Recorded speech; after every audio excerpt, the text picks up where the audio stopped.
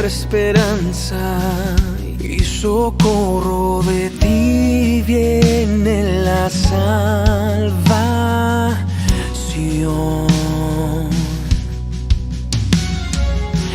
Nuestro refugio en angustia, nuestra confianza en la duda. Si tú con nosotros, ¿de qué temeremos, Señor? Si de ti viene la salvación, si es tu fe que nos da el valor, ¿de qué temeremos? ¿De qué temeremos? Hermanos, vamos a dar comienzo a nuestra segunda reunión de estudio bíblico. Hoy damos comienzo al inicio del estudio del libro de Corintios. Nuestro hermano Neira va a estar compartiendo la palabra de Dios.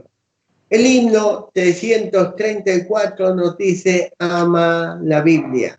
Y hoy tendremos la oportunidad de escuchar las bellas historias, Dios hablando en nuestra vida para fortalecer nuestra fe. Himno 334. Ama la Biblia que Dios nos ha dado, pues nos enseña divina verdad. Cristo es el tema, el Hijo entregado, para salvarnos de nuestra maldad. Ama la Biblia, lee la Biblia, sigue a la Biblia, de Dios es el don. Lee la Biblia, sus bellas historias, traen al alma salud celestial. Llena en tu espíritu todas sus glorias y gozarás de su luz eterna. Ama la Biblia, lee la Biblia, sigue a la Biblia, de Dios es el don. Oramos para que Dios bendiga nuestro estudio en esta mañana. Gracias, Señor, porque tú quieres hablarnos a través de tu palabra. Gracias, Señor, porque tú tienes un mensaje para nuestras vidas. Pedimos, Señor, que a través del estudio del libro de Corintios podamos, Señor, gozarnos en tus verdades.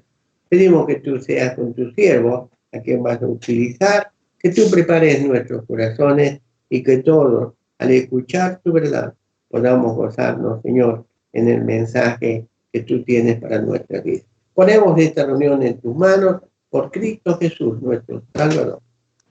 Amén.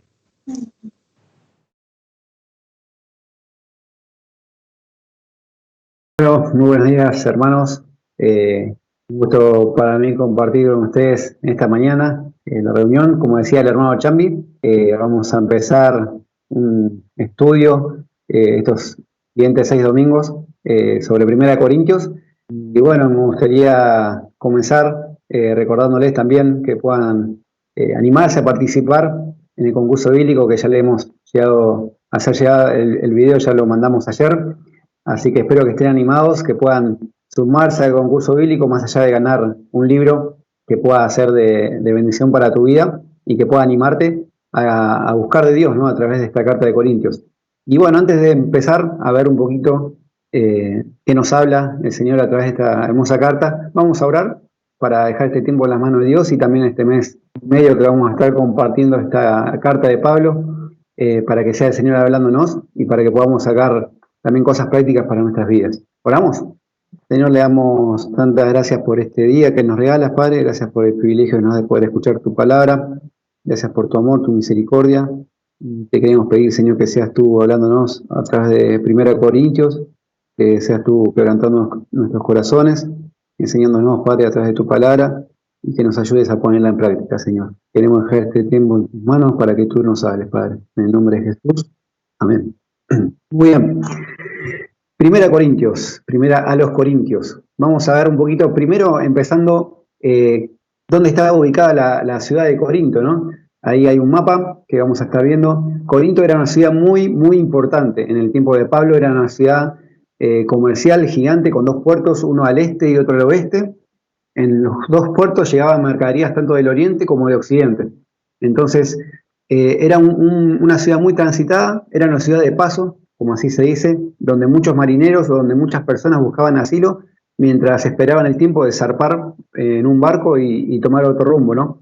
Entonces, Corinto era una ciudad importantísima, con más de 400.000 habitantes, una ciudad muy grande, muy habitada, y una ciudad totalmente llena de gente todo el tiempo, porque no solo estaban los habitantes, sino que era una ciudad como hoy por ahí conocemos turística, ¿no? Pero no era turística, sino era comercial. Era una ciudad comercial, pero más o menos para que nos demos una idea, era como Mar del Plata, por ejemplo, cuando es verano. En Mar del Plata viven 700.000 personas aproximadamente, pero en verano eso se duplica o se triplica porque mucha gente va a veranear. Bueno, Corinto era algo similar, ¿no? Sus habitantes eran más o menos entre 400.000, 600.000 habitantes aproximadamente, se dice en esa época. Pero al haber tanto movimiento de gente, tanto entrada y salida de gente, a veces llegaba muchísima más cantidad de gente en esa ciudad. Y era una ciudad muy famosa en ese tiempo también. Era la cuarta más grande del Imperio Romano, porque si bien es parte de la actual Grecia, formaba parte del Imperio Romano en aquel entonces, un imperio gigante, y era la cuarta ciudad más grande del imperio, que ya de por sí el imperio era muy grande y muy extenso, ¿no? Y en Corinto también se pasaba, digamos, el comercio de norte a sur, de sur a norte.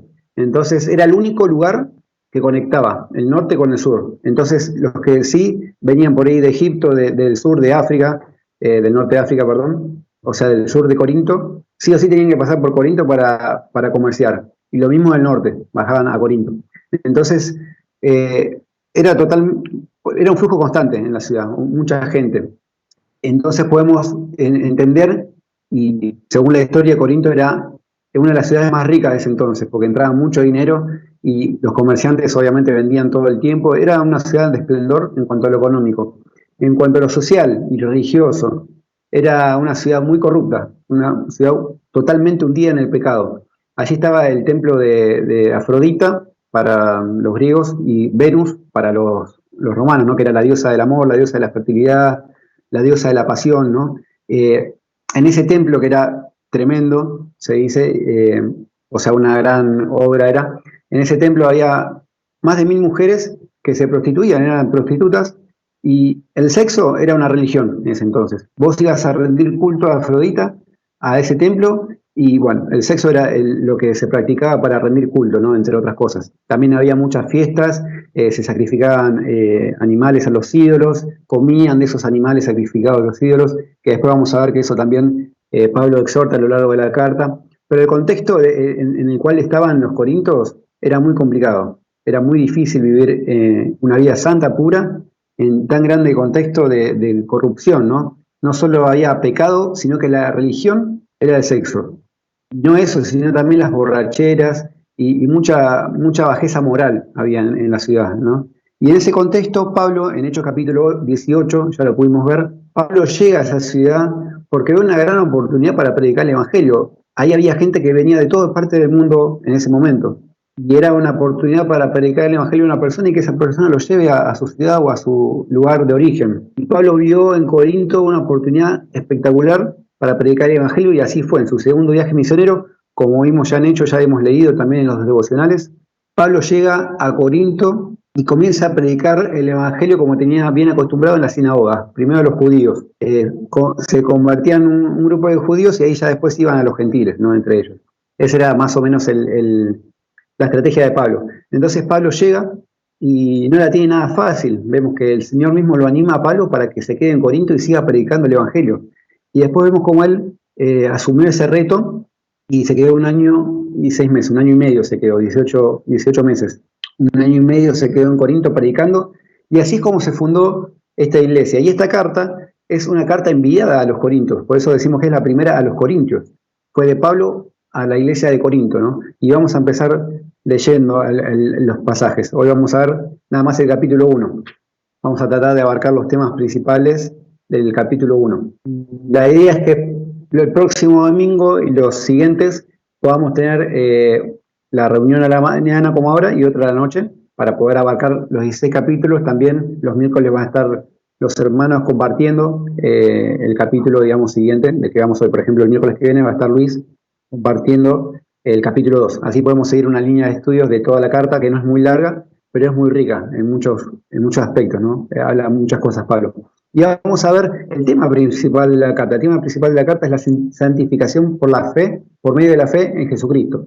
Ese es el tema principal de la carta, en el que Pablo se va a centrar, y lo vamos a ver simplemente en los primeros 9 versículos de ese tema, que Pablo nombra muchas veces al Señor Jesucristo.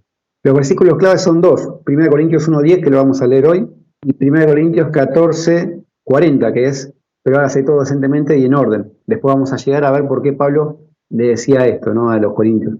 Y vamos a ver, ya para entrar a la lectura, vamos a ver los propósitos por los cuales Pablo escribió la carta, ¿no? Son 2 propósitos, y ahí vamos a ver el bosquejo en la imagen, que están bien divididos estos 2 propósitos por los cuales, el por qué Pablo escribió. El primer propósito fue la reprobación. Una reprobación que ahora vamos a ver, le da un informe del pecado. En Corinto, en la iglesia de Corinto había muchos pecados, entonces el primer propósito era corregir, marcarles que estaban pecando, que estaba mal ese pecado, que iban en contra de la palabra de Dios, y era corregirlos. Y en segundo lugar era una instrucción. Era respuestas a preguntas que los corintios le habían escrito una carta a Pablo con preguntas, y Pablo del capítulo 7 al 16 va a responder esas preguntas. Por ejemplo, en cuanto al matrimonio, en cuanto a los ídolos, en cuanto a las ordenanzas dentro de la iglesia, en cuanto al matrimonio, en cuanto a los dones espirituales, en cuanto a la resurrección de Cristo, ¿no? Y en cuanto a las ofrendas también, por último.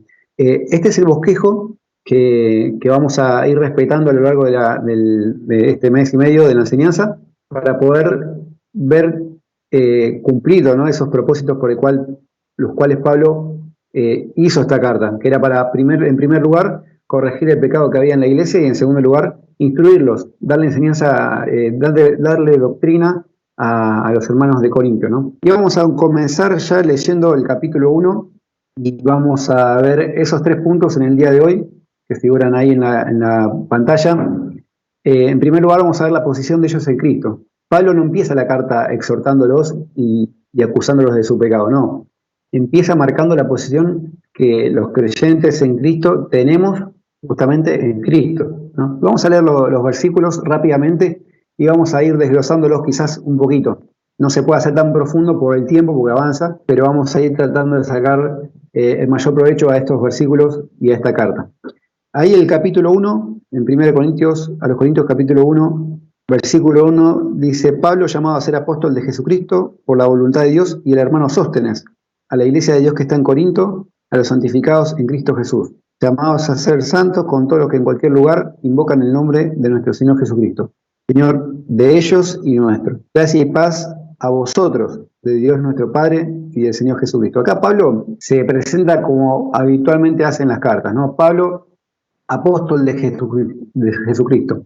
Acá usa la palabra apóstol, que es enviado a o llamado a, ¿no? Y hace el énfasis que es apóstol de Jesucristo por la voluntad de Dios. Siempre Pablo trata de recordar sus principios. Él no eligió ser apóstol, él no eligió ser un siervo de Dios, él no le eligió.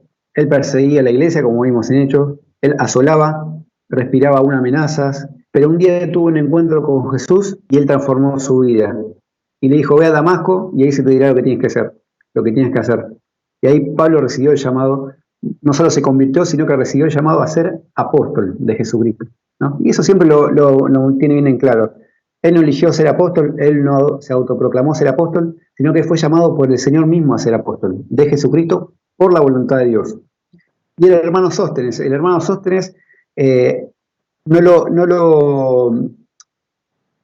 se dice que es el mismo Sóstenes que figura en Hechos capítulo 18, que está en Corinto, que era el principal de la sinagoga. Según algunos estudiosos, Sóstenes estaba con Pablo en Éfeso cuando escribió la carta. Eso es algo importante que no dije. Pablo escribió la carta en el año entre 55 y 57 después de Cristo, desde Éfeso la escribió. Escribió esta carta a los corintios. Y el hermano Sóstenes era un hermano que estaba con él acompañándolo, él era de Corinto, pero lo acompañó a Éfeso y él escribió la carta a su lado, por eso lo nombra, y lo nombra porque era de Corinto y esta iglesia lo conocía muy bien.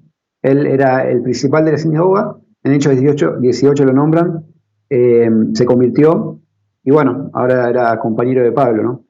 Versículo 2, ¿a quién les escribe, no? Primero, ¿quién escribe? Pablo, apóstol de Jesucristo. ¿A quién le escribe? A la iglesia de Dios que está en Corinto, a los santificados en Cristo Jesús, llamados a ser santos con todos los que en cualquier lugar invocan el nombre de nuestro Señor Jesucristo, Señor de ellos y nuestro. Acá Pablo no solo dice a quién les escribe, sino en qué condición estaban. Eran hijos de Dios, la iglesia que está en Corinto, a los santificados en Cristo Jesús, llamados a ser santos. La palabra santo sabemos muy bien que significa apartado a, consagrado a. Y otra traducción que me pareció muy buena que busqué, significa propiedad de, o sea, propiedad de Dios. Somos propiedad de Dios, santos, llamados a ser santos. Y acá Pablo empieza ya a marcarles la posición que tiene el creyente en Cristo. Hijo de Dios, santo, llamado a ser santo y santificado. Y uno dice, llamado a ser santo y después ve la cadena tremenda de pecados que Pablo va a tratar en esta carta y dice, uno se pregunta, ¿no? No son santos, que están totalmente desviados, pero sí, somos santos. Una vez que conocimos a Jesús, Él nos hace santos, nos santificó y nos hizo santos. No importa en la condición que estemos actualmente, nosotros somos salvos y somos santos delante de Dios, no por nuestros propios méritos, sino por los méritos de Jesús. Porque tuvimos fe en Él, en su sacrificio, nos limpió, nos lavó y nos hizo santos. Y eso es lo que Pablo recuerda en estos 9 primeros versículos. Son santos, no se olviden que fueron comprados por alto precio, dice Pablo. Y también no solo habla a los corintios, sino con todos los que en cualquier lugar invocan el nombre de nuestro Señor Jesucristo. A todas las iglesias de la región. A nosotros nos llegó esta carta. Y es para nosotros también este mensaje. A todos los que en cualquier lugar invocan el nombre de nuestro Señor Jesucristo, dice Pablo. Es para usted, hermano, y para mí esta carta. No es solamente para los corintios, es para que nosotros podamos meditar en lo que Pablo escribió, inspirado por el Espíritu Santo, tratando de corregir pecados y tratando de instruirlos en la palabra de Dios. Y eso también es para nosotros hoy en día, una advertencia y una instrucción. El versículo 3, gracia y paz a vosotros, de Dios nuestro Padre y del Señor Jesucristo. Pablo usaba estas dos palabras, una palabra griega, gracias, que es chairo, y paz, que es shalom, palabras conocidas en ese entonces. El contexto también de la iglesia y de la ciudad era que había una colonia muy grande de judíos, por eso se refiere a griegos y a judíos, ¿no? A gentiles griegos y a judíos, ambos ya formando parte del cuerpo de Cristo, siendo parte, ¿no?, del cuerpo de Cristo, y estaban congregándose en la iglesia de Corinto. Ya vamos a pasar al versículo 4. Gracias doy a mi Dios siempre por vosotros, por la gracia de Dios que os fue dada en Cristo Jesús. Les recuerda la gracia de Dios. Pablo les recuerda totalmente la gracia de Dios, porque por gracia somos salvos, ¿no? Y esto no es de nosotros, claramente. Y Pablo les recuerda acá la gracia de Dios que tuvo para con ellos, que estaban viviendo de una manera totalmente alejados de Dios, pero Pablo daba gracias. Gracias a Dios por la gracia de Dios para con cada uno de nosotros y específicamente para los corintios. Y esto me hacía pensar que la iglesia es la gracia de Dios manifestada al mundo. Eso somos la gracia de Dios manifestada al mundo. Y eso es lo que Pablo le estaba diciendo acá a los corintios. Es la gracia de Dios en ustedes. Y el versículo 5 es muy interesante. Esta es una de las características de la iglesia. A lo largo del estudio vamos a ver 6 características que tenía esta iglesia. Y en primer lugar, no todas las vamos a ver hoy, porque están repartidas a lo largo de la carta. Pero la primera característica que vemos en el versículo 5, que dice, porque en todas las cosas fuisteis enriquecidos, en Él, en toda palabra y en toda ciencia. Era una iglesia instruida. En primer lugar, la característica que tenía la iglesia era una iglesia instruida. Estaban totalmente enriquecidos en el Señor, en toda palabra y ciencia. O sea, tenían mucho conocimiento de la palabra de Dios, sabían mucho de la palabra de Dios, pero no la aplicaban. Ese era el gran problema, uno de los grandes problemas. Una de las grandes características que tenía la iglesia. No era una iglesia ignorante de la palabra de Dios. No era una iglesia que recién estaba empezando y eran todos recién convertidos nuevos, no. Era una iglesia que estaba bien instruida, que tenía total conocimiento de la palabra de Dios. y estaban totalmente enriquecidos, dice acá, en la palabra de Dios. Y aún así estaban viviendo una vida lejos de Dios. El conocimiento no nos da madurez espiritual. El conocimiento no nos lleva a obedecer a Dios. No. El conocimiento lo podemos tener, lo debemos tener, pero muchas veces lo ponemos en el cerebro y queda ahí dormido y vivimos totalmente lejos de Dios. Y era lo que estaba pasando acá en Corinto. Versículo 6, así como el testimonio acerca de Cristo ha sido confirmado en vosotros, de tal manera que nada os falta ningún don, esperando la manifestación de nuestro Señor Jesucristo. De tal manera que nada os falta ningún don. Tenían todos los dones, los charis, los carismas, acá la palabra don es carisma, tenían todos los dones espirituales. Después Pablo va a tratar en 3 capítulos en cuanto a los dones, empezando en el capítulo 12. Pero era una iglesia no solo con mucho conocimiento, sino también con todos los dones espirituales para poder servir a Dios. No tenían excusas, básicamente es lo que dice Pablo. Lo que acá quiere hacernos llevar a pensar Pablo en este pasaje, no solo a los corintios, sino a nosotros, es que uno puede tener todo, puede tener diversos dones, puede tener grandes capacidades, puede saberse la Biblia de memoria, pero aún así puede estar desobedeciendo a Dios. Pablo empieza la carta animándolos, no empieza a reprobarlos. O sea, Pablo no le dice, ustedes tienen todo esto, pero andan en pecado. No. Pablo dice, ustedes tienen todo esto, no se olviden que ustedes fueron totalmente bendecidos por Dios, de una manera excepcional. Y después, bueno, va a reprobarlos por el pecado, va a decir, pero bueno, ustedes decidieron otra cosa. Pero no se olviden que esta es la posición de ustedes en Cristo. Son santos, son santificados, están enriquecidos, tienen todos los dones. Dios les dio todos los dones para que ustedes les sirvan, para que los pongan a su servicio. Y eso es lo que Pablo también nos está diciendo a nosotros. No olvidar que Dios nos dio dones para ponerlos al servicio del Señor. Que después vamos a tratar ese tema más adelante. Versículo 8 y 9, el cual también nos confirmará hasta el fin, para que seáis irreprensibles en el día de nuestro Señor Jesucristo. Fiel es Dios, por el cual fuisteis llamados a la comunión con su Hijo Jesucristo, nuestro Señor. Y no sé si te llamó algo de atención. En estos 9 versículos, 8 veces nombra al Señor Jesucristo. Hace un gran énfasis en la persona de nuestro Señor Jesucristo. Por eso, el tema de esta carta es la santificación por medio de la fe en el Señor Jesucristo. Solamente en Él somos santificados, ¿no? Y solamente en Él pudimos ser santos.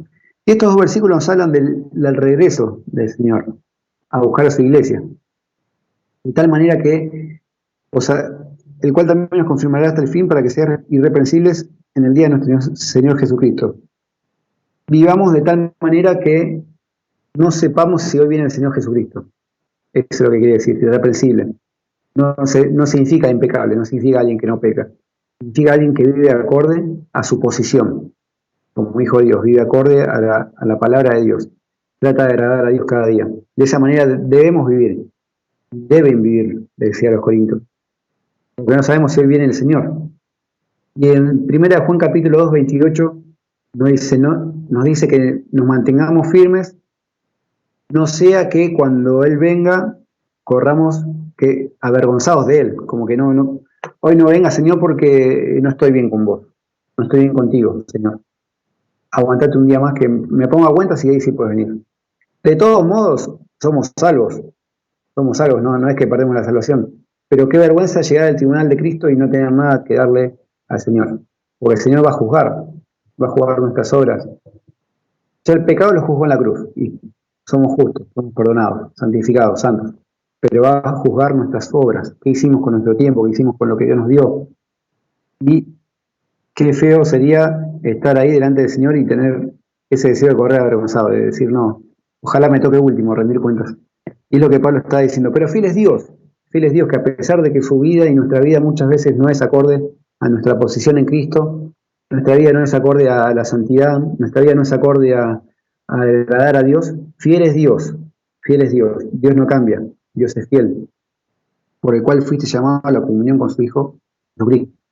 Nosotros fuimos llamados a tener comunión con Dios, eso es lo primero que Dios quiere con nosotros, que nos acerquemos a Él, no que corramos avergonzados de Él, que nos acerquemos a Él, para hallar oportuno socorro, para hallar perdón, para hallar restauración muchas veces, para hallar descanso, reposo, amor y muchas cosas más, ¿no?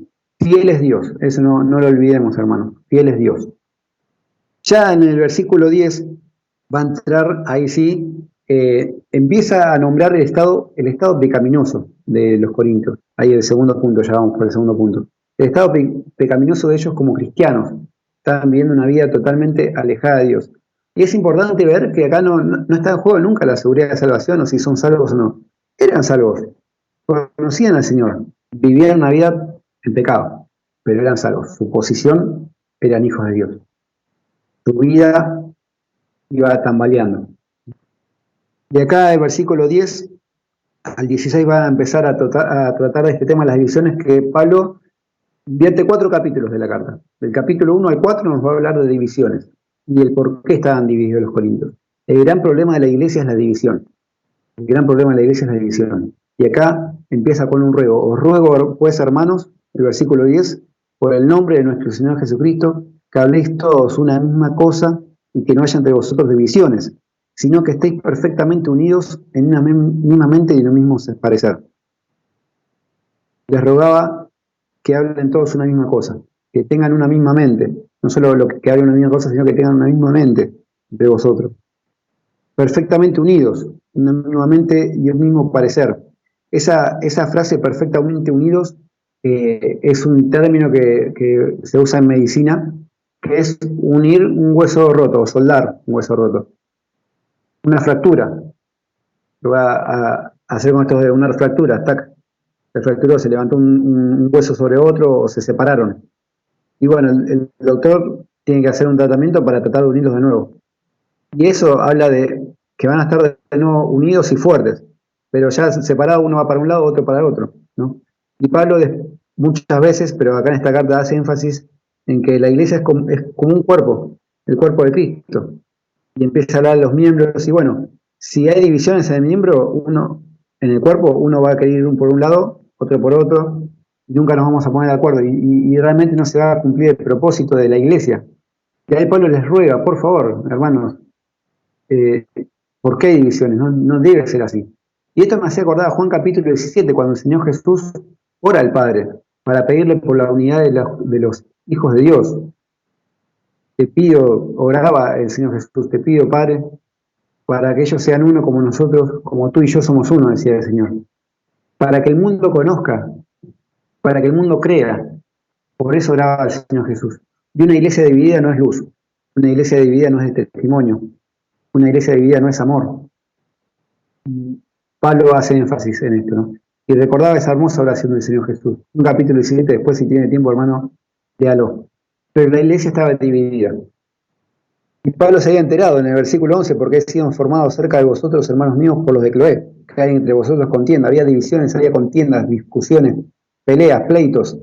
Y Pablo se había enterado por los de Cloé, Cloé era una mujer, su familia, adinerada, no hay muchos datos en la palabra de Dios, pero era una mujer adinerada y ellos le comentan, esta familia le comenta a Pablo lo que estaba pasando. Y esto no es murmuración, porque acá la nombra. O sea, los de Cloé no tenían ningún problema en decirle a los corintios, miren que yo le dije a Pablo. No era murmuración, era algo que ya sabían ellos que los de Cloé le habían llevado esa información a Pablo. Eso no es murmuración. Pablo lo aclara poniendo su nombre. No dice me enteré por ahí o andan diciendo por ahí o escuché en tal iglesia que los de Corintios están en pecado. No. Los de Cloé me comentaron. Eso no es murmuración. Se manejaron de una forma correcta, bíblica, ¿no? Un pecado público debe ser tratado en público, como dice Mateo. Muy bien. Y el gran problema eran las divisiones, pero estaban divididos en 4 partes. O sea, la iglesia ahora se usa mucho la palabra grieta. Bueno, acá había 4 grietas, o sea, había 4 grupos, no había 2. No era kirchnerista o macrista, no, había 4 grupos, peor todavía. Imagínense que hay problemas ahora con 2 grupos, 2 divisiones quizás de país, como se dice ahora. Imagínense en 4 en una iglesia. Tremendo problemón, tremendo problema había. Y tremendo problema causaba esta iglesia. En vez de ser de bendición, era de tropiezo. Era de tropiezo para todo aquel que entraba a esa iglesia. Porque, claro, al haber grupos, querían atraer gente. Y bueno, vamos a ver en qué consistían estos 4 grupos. Versículo 12, quiero decir que cada uno de vosotros dice, yo soy de Pablo, yo de Apolos, y yo de Cefas, y yo de Cristo. ¿Acaso está dividido Cristo? ¿Fue crucificado Pablo por vosotros? ¿Fuiste bautizados en nombre de Pablo? Ahí Pablo da preguntas retóricas, ¿no? ¿Acaso está dividido Cristo? No, no está dividido Cristo. Cristo es un cuerpo. El cuerpo de Cristo somos nosotros, no está dividido. ¿Fue crucificado Pablo por vosotros? No. Ningún hombre fue crucificado por nosotros más que Cristo. Cristo murió por nosotros. Ningún hombre puede morir por nosotros para limpiar nuestro pecado. Solo Cristo. ¿Fuiste bautizado en el nombre de Pablo? No. Te bautismos en el nombre del Señor Jesús para dar testimonio, como un acto público, ¿no?, de que soy hijo de Dios. Estaban divididos por diferentes cosas, porque seguían a personas, no a Dios. Por eso el título de este mensaje le había puesto: ¿dónde está puesta tu mirada? ¿O en quién estás poniendo tu mirada? ¿No? ¿En quién estás poniendo la mirada? ¿En Dios o en los hombres? Porque acá el gran problema de Corintios, a lo largo de este capítulo que vamos a ver, es que ellos tenían puesta la mirada de una forma incorrecta. No estaban mirando al Señor Jesús, estaban mirando a los hombres. Y unos miraban a Pablo, seguramente los gentiles, otros miraban a Cefas, que es Pedro, probablemente los judíos, cristianos que se habían convertido. Otros miraban a Apolos, que en Hechos 18 también nos habla en cuanto a él, que era un varón elocuente, sabio, que hablaba muy bien, que se expresaba muy bien, que tenía mucha sabiduría. Y ahí seguro estaban aquellos griegos que querían saber más, que eran filósofos, porque ese era un gran problema también que había en ese momento, y ahora lo vamos a ver en el tercer punto. Y otros de Cristo, que quizás los más espirituales, los que más querían sobresalir, eran de Cristo, decían ser de Cristo, pero no eran espirituales porque estaban formando una división, y eso no es de bien espiritual. Entonces yo soy de Cristo, usaba el nombre del Señor en vano, porque por más espirituales que sean, no lo estaban aplicando, no estaban aplicando esa verdad en su vida, estaban dividiendo. 4 grupos, 4 partidos había ahí, 4 divisiones. Un gran problema. Después acá Pablo termina hablando en esta sección, en cuanto a este problema, el estado pecaminoso de ellos como cristianos, termina hablando de, bueno, a quién bautizó, a quién no, figuran varios nombres importantes que no vamos a hacer énfasis, son muy importantes, están en Hechos, también figuran algunos como Crispo, después también figuran al final de la carta, quizás ahí vamos a nombrarlos un poquito más. Y vamos a entrar a la última sección, del capítulo 17 al 31, que habla también de las razones de las divisiones, que es la sabiduría del mundo versus contra la sabiduría de Dios. Como le decía, en ese momento, como conocen también muy bien, seguro, en Grecia en ese momento era la cuna de los filósofos, la cuna de los pensadores.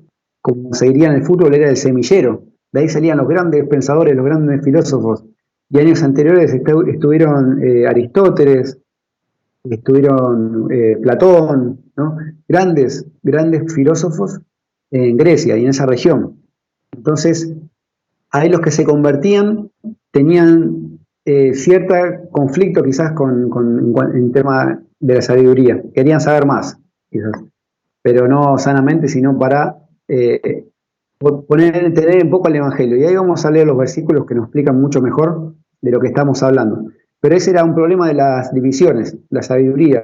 Ese era un problema que tenían en esta iglesia. Querían saber mucho, querían saber más. No para aplicarlo, sino para discutir o para hacerse superiores. Versículo 17, pues no me envió Cristo a bautizar, sino a predicar el Evangelio, no con sabiduría de palabras, para que no se haga vana la cruz de Cristo. Pablo tenía en claro que el Evangelio lo iba a predicar así como Dios se lo había mandado. El Evangelio no le iba a agregar ni quitar nada. No iba a agregarle palabras lindas o elocuentes para que les llame la atención a los griegos. No, él iba a predicar el Evangelio, no con sabiduría de palabras, para que no se haga vana la cruz de Cristo. Para que no se haga vacía la cruz de Cristo, porque si yo le trato de encontrar la vuelta filosóficamente a la cruz de Cristo, la hago vana, la hago vacía. Le quito totalmente el mérito a Jesús y quizás me lo llevo a mí. Por eso la gente tenía ese sentir de seguir hombres. Porque, wow, que bien habla Pablo, vamos a seguirlo a él. Él enseña mejor que Pedro. Mirá, Apolos habla mucho más elocuente que Pedro, que era un pescador. No, vamos a seguir a Apolos. Y esto generaba las divisiones. El seguir a hombres y no a Dios. Y por eso Pablo le dice, mira, yo les hablé del Evangelio, no con sabiduría humana. O sea, no sé por qué me siguen a mí, y yo les hablé de Cristo, no le hablé de Pablo, o de Cefas, o de Apolo. Yo hablé de Cristo. Sigan a Cristo. Eso es lo que está diciendo Pablo, ¿no? Pablo fue enviado a predicar el Evangelio solamente. Versículo 18. Porque la palabra de la cruz es locura a los que se pierden, pero a los que se salvan, esto es a nosotros, es poder de Dios. La experiencia misma de ellos mostraba que la sabiduría de Dios era mucho superior, totalmente superior a la sabiduría de este mundo. ¿Por qué? Porque el Evangelio tan sencillo, tan simple para ellos, ¿no? Lo que era el Evangelio era como palabras básicas. Por ese Evangelio básico para ellos fueron salvos, conocieron a Cristo. Y eso es lo que Pablo dice, la palabra de la cruz es locura a los que se pierden, pero para nosotros es poder de Dios, porque fuimos salvos. Escuchar el Evangelio nos llevó a darnos cuenta de nuestros pecados, nos llevó a darnos cuenta de que estamos perdidos sin Cristo. Pudimos conocer a Cristo a través del Evangelio. Y eso es lo que Pablo le dice, ustedes conocen a Cristo no porque hablaba bien Apolos o hablaba bien Sócrates o Platón hablaba muy lindo. No, ustedes conocen a Cristo porque el Evangelio lleva a sus vidas. El simple Evangelio, el básico Evangelio, para ustedes, ese Evangelio es poder de Dios. No es básico, no es simple. Es el poder mismo de Dios. Lo que Pablo estaba dando ahí la supremacía a la palabra de Dios, al Evangelio de Dios, y no a la sabiduría de este mundo. El versículo 19 de la Escritura, la palabra de Dios dice, pues está escrito, toma pasaje de Isaías, destruiré la sabiduría de los sabios y desecharé el entendimiento de los entendidos. Esto mismo lo dice Dios. Dios destruye la sabiduría de los sabios, ¿no? Con el Evangelio lo dice totalmente. Ahora vamos a ver, versículo 20 y 21, la historia humana, el hombre.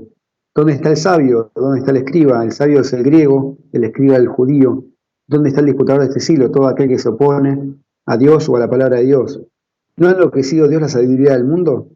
Pues ya que en la sabiduría de Dios, el mundo no conoció a Dios mediante la sabiduría, agradó a Dios salvar a los creyentes por la locura de la predicación. Me encanta este pasaje, porque claro, el hombre a lo largo de la historia buscó sabiduría, buscó saber más, es más, lo hizo. O sea, hoy el hombre llega a la luna, llega al espacio, manda satélites, creó muchas cosas que en ese momento obviamente no había. El hombre buscó sabiduría, la consiguió y se hizo un Dios el hombre, se envaneció. Y esto me hace acordar mucho de Romanos capítulo 1, versículo, empieza en el 17, pero el versículo 21, 20, 21, 22, nos habla de que el hombre no conoció a Dios, porque se envaneció, se entenebreció en su entendimiento. Profesando ser sabios, se hicieron necios. Se creían más que Dios. O sea, no, el Evangelio es muy simple, debe haber algo más detrás de esto. No puede ser que Dios haya escrito esto tan simple. Algo más hay, vamos a filosofar, no puede ser que sea esto. Y así el hombre intentó buscar explicaciones que están totalmente resumidas en la palabra de Dios, más claras imposible, pero el hombre quería saber más, indagó, buscó, y se hizo vano, se hizo vacío su pensamiento, entendimiento. Se hacen los sabios, pero son necios. Porque el Salmo 53 dice el necio en su corazón, no hay Dios. Y aquel que se dice sabio, profesa ser sabio, es necio. Porque el necio dice que no hay Dios. El Salmo 53. Dios, la sabiduría de Dios no es la de este mundo. Este mundo tiene su propia sabiduría, que para muchas cosas es buena, pero la mayoría van en contra de Dios. Hay muchas personas muy inteligentes, hay muchas personas con muchos títulos, grandes enseñadores, grandes doctores, pero es vano porque si van en contra de Dios no sirve, se opone a Dios. La sabiduría de Dios no es la misma que la sabiduría de este mundo, es lo que está diciendo Pablo. No piensen que por hablar lindo, no piensen que por tener mucho conocimiento, ustedes son mejores que alguien. No, Dios no ve así las cosas. La sabiduría de Dios es el Evangelio, es el poder de Dios, por el cual fuimos salvos, ¿no? Pero claro, para los que no conocen a Cristo es locura, ¿no? Es una locura, es algo absurdo. La palabra locura ahí se traduce como absurdo o sin sentido. Eso es lo que significa, porque nombra varias veces la palabra locura. Vamos a avanzar rápidamente para ya ir cerrando. El ministerio de Pablo, del versículo 22 al 25, porque los judíos piden señales y los griegos buscan sabiduría. Los judíos pedían señales para ver si el que hablaba era de parte de Dios. Al Señor Jesús le pedían muchas señales, el Señor Jesús se las había dado, pero aún así su corazón estaba lejos de Dios. Los griegos buscan sabiduría, como les contaba. buscaban saber más. Pero nosotros predicamos a Cristo crucificado. Para los judíos ciertamente tropezadera, era una piedra de tropiezo, la piedra que desecharon los edificadores. Cristo era de tropiezo para el pueblo judío. Y para los gentiles locura, porque era algo absurdo, algo que no tenía sentido el Evangelio, porque era muy básico, porque ¿cómo puedo ser salvo por creer en alguien que fue crucificado? O sea, no entraba en la cabeza de los griegos, en lo que habían sido instruidos durante toda su infancia, que alguien le predique esto y les comparta que alguien había muerto por sus pecados y había resucitado encima porque no creían en la resurrección de los muertos. Después por eso Pablo toca un capítulo entero, el capítulo 15 de Corintios, para hablar de la resurrección de los muertos, la resurrección de Cristo, porque no creían en la resurrección. Por eso era locura para los gentiles, sobre todo para los judíos, para los griegos, perdón. Más para los llamados, así judíos como griegos, Cristo, poder de Dios y sabiduría de Dios. Cristo es el poder de Dios. Cristo manifestó el poder de Dios, Cristo manifestó la sabiduría de Dios. Haciéndose hombre, Cristo demostró con gran elocuencia la sabiduría de parte de Dios, enseñando y humillando a fariseos que se sabían en memoria el Antiguo Testamento, los humillaba con su enseñanza, porque Él es sabio. La sabiduría proviene de Dios, no del hombre. La sabiduría de Dios vence a la del mundo, por eso pusimos sabiduría del mundo versus sabiduría de Dios. La de Dios vence a la del mundo, sin dudas.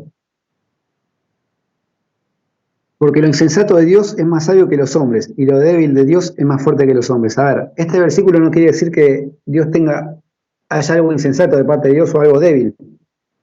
Pablo da un ejemplo. Supongamos que Dios tendría una parte débil o un aspecto débil. Aún eso sería mucho más poderoso que los grandes hombres de este mundo, que los grandes sabios de este mundo. Aún lo más débil de Dios humilla a lo poderoso de este mundo, si es que lo tuviera, ¿no? Pero si bien sabemos, Dios no se equivoca, Dios es inmutable, no cambia, Dios es perfecto, Dios es todopoderoso, no hay nada débil en Dios. Pero Pablo utiliza como, imagínense, piensen un poco, si Dios fuera un poquito débil, aún esa debilidad es más fuerte y más grande que el hombre más sabio y más poderoso, la nación más poderosa de este mundo. Imagínense, dice Pablo. Y acá ya empieza hablando del llamado de acá de cada uno de ellos. Versículo 26 al 29. Pues mirad, hermanos, vuestra vocación, que no sois muchos sabios según la carne, ni muchos poderosos, ni muchos nobles. No había mucha gente preparada, la mayoría eran esclavos, en los que estaban, no todos, pero la mayoría eran personas esclavas que se congregaban en la iglesia de Corinto. Había muchos esclavos. Dijimos al principio que había entre 400.000 y 600.000 habitantes. Más del doble eran esclavos, pertenecían a la esclavitud. Y esas personas se congregaban en Corinto porque habían conocido a Cristo. Sino que lo necio del mundo escogió Dios para avergonzar a los sabios, y lo débil del mundo escogió Dios para avergonzar a los fuertes. Y lo vil del mundo y lo menospreciado escogió Dios, y lo que no es para deshacer lo que es, a fin de que nadie se jacte en su presencia. Acá hay que verlo, hay que leerlo con los ojos de Dios. No es que Dios dice, escogí a lo necio y a lo vil. No está diciendo eso Dios. Es como el mundo ve. Es como el mundo lo ve. Dios no dice, escogí a un necio, escogí a lo vil, a la basura del mundo. No. El mundo ve eso. El mundo dice, este va a la iglesia porque es ignorante. Este va a la iglesia o sirve a Dios o es misionero porque no quería trabajar, o porque no tenía otra cosa mejor que hacer, no tenía rumbo a su vida. Entonces, bueno, empezó a ir a la iglesia y se hizo misionero. Este cristiano, porque, mira, no quiere trabajar los fines de semana, qué sé yo, quiere poner una excusa para ir a la iglesia, así trabaja el lunes a viernes nomás y listo. Eso es como el mundo nos ve. Somos lo vil y menospreciado, lo necio. Para el mundo somos ignorantes en muchas cosas, pero Dios no nos ve así. Para Dios somos valiosos. Para Dios somos sus hijos. Somos hijos suyos. Somos parte de su pueblo. No importa cómo el mundo te vea, cómo me vea. Lo importante es cómo Dios nos ve. Dios nos ve como esa piedra preciosa que nos salvó, nos pagó con alto precio. No importa cómo el mundo te vea, no importa cómo Dios nos ve. Y vamos a cerrar el versículo 30 y 31. Mas por él estáis vosotros en Cristo Jesús, el cual nos ha sido hecho por Dios sabiduría, justificación, santificación y redención, para que, como está escrito, el que se gloríese en el Señor. Y acá, para cerrar ya, Pablo dice, Cristo es suficiente. ¿Por qué estás poniendo la mirada en los hombres? ¿Por qué querés ser el hombre más sabio de toda Grecia? De todo Corinto. ¿Para qué querés ser el hombre más sabio? No sirve de nada. No sirve de nada. Mas por él está en vosotros Cristo Jesús. Nos hizo, por Dios, sabiduría. Nos hizo sabiduría. Dios nos da la sabiduría, no necesitamos otra cosa. Justificación nos justificó. Cristo nos justificó. Cristo era el único que podía suplir las demandas de Dios, satisfacer la ira de Dios. Solamente Cristo. Por eso somos llenos en Cristo, no necesitamos nada más. Santificación, somos santos en Cristo. Cristo nos hizo santos. La sabiduría de este mundo no nos puede hacer santos. La sabiduría de este mundo no nos puede justificar. La sabiduría de este mundo es vacía. Y redención. Cristo nos compró y nos sacó de ese mercado de esclavos y nos puso en los lugares celestiales. La sabiduría de este mundo no puede salvarnos, no nos puede comprar. Y Pablo cierra este capítulo de una forma reflexiva. El que se gloríese en el Señor, porque Él hizo todo. Y Él tiene que ser nuestro todo, no la sabiduría de este mundo, no lo que sepamos, sino Cristo. Cristo es nuestra sabiduría, nuestra justificación, santificación y redención, termina Pablo. Cristo es nuestro todo, nos completa. No necesitamos nada ni nadie para estar llenos, solamente a Cristo. Porque fiel es Dios que fuimos llamados a tener comunión con su Hijo Jesucristo. Ya Dios hizo todo, no hace falta que hagamos más. Y Pablo cierra haciendo pensar a los corintios qué tan equivocados estaban. Por eso el título es: ¿en quién estás poniendo la mirada? Puesto los ojos en Jesús, el autor y consumador de la fe. En Él tenemos que poner los ojos, no en los hombres.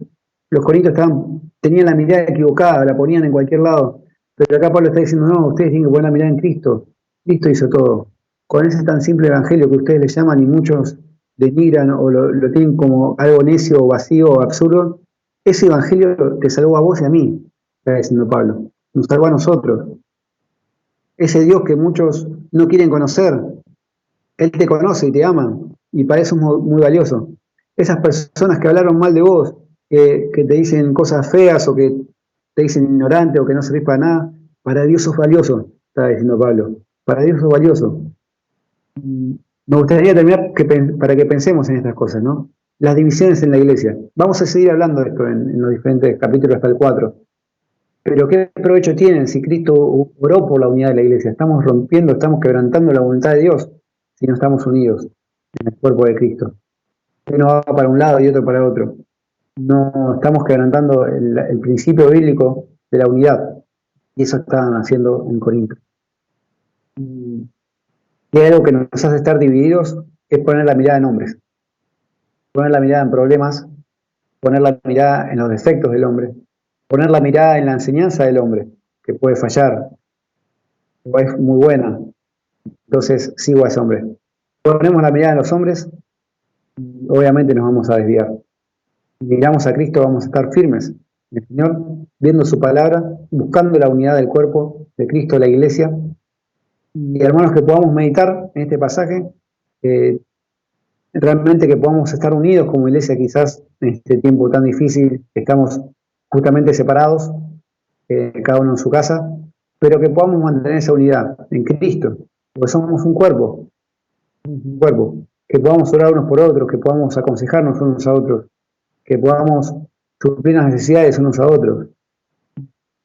El que se gloría en el Señor. Debemos gloriarnos en el Señor. El Señor es nuestro todo. ¿Te sentís triste? ¿Estás aburrido? ¿Estás encerrado? ¿Estás cansado? ¿No aguantás más? Cristo es tu todo. Cristo es tu todo.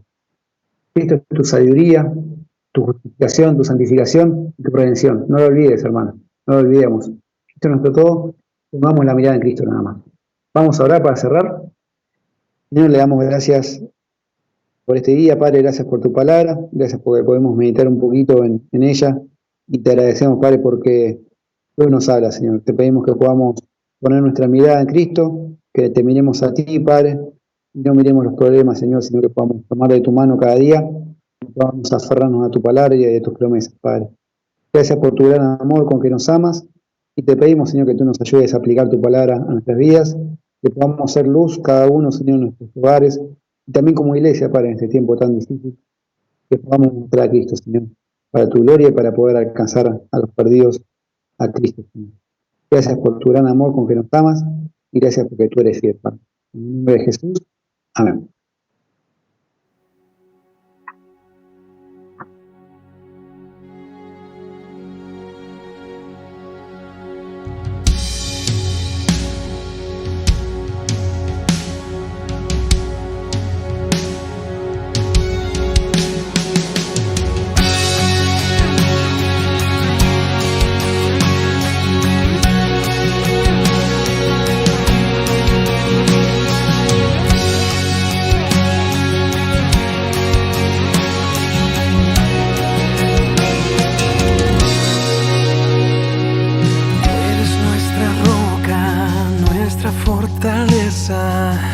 Nuestra esperanza y socorro, de ti viene la salvación.